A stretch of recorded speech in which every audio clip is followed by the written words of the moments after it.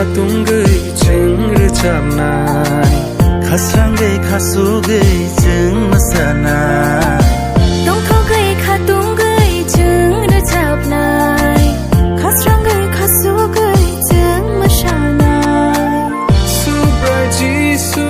Achai Kha Subrai Jisu Achai Kha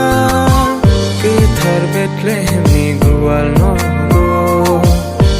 Thar Bethlehem ni gual no go Hallelujah Hallelujah Hallelujah Hallelujah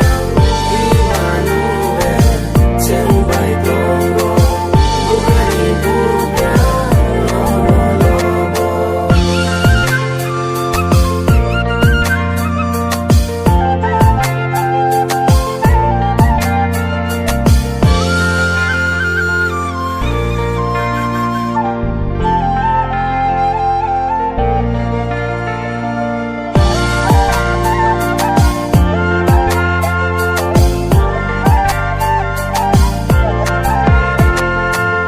Jisu man kha chung lang ma cứ tai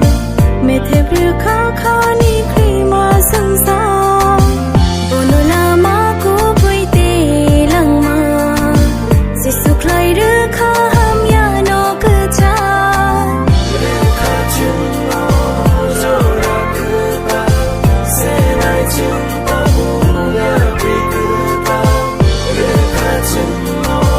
zo ra cứ ta se nai chung ta bu ya bi cứ ta chi ni Jisu no chung ma ba man kha kha o kha sang ma Hallelujah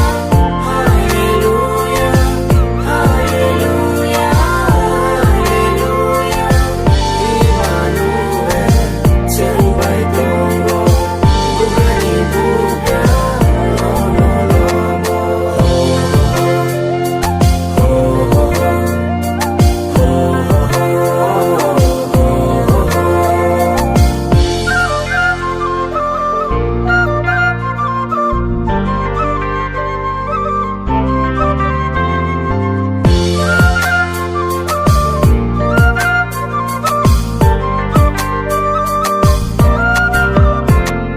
khata thei di krakhe tong di Phai kha chini bagai ma thang ai sa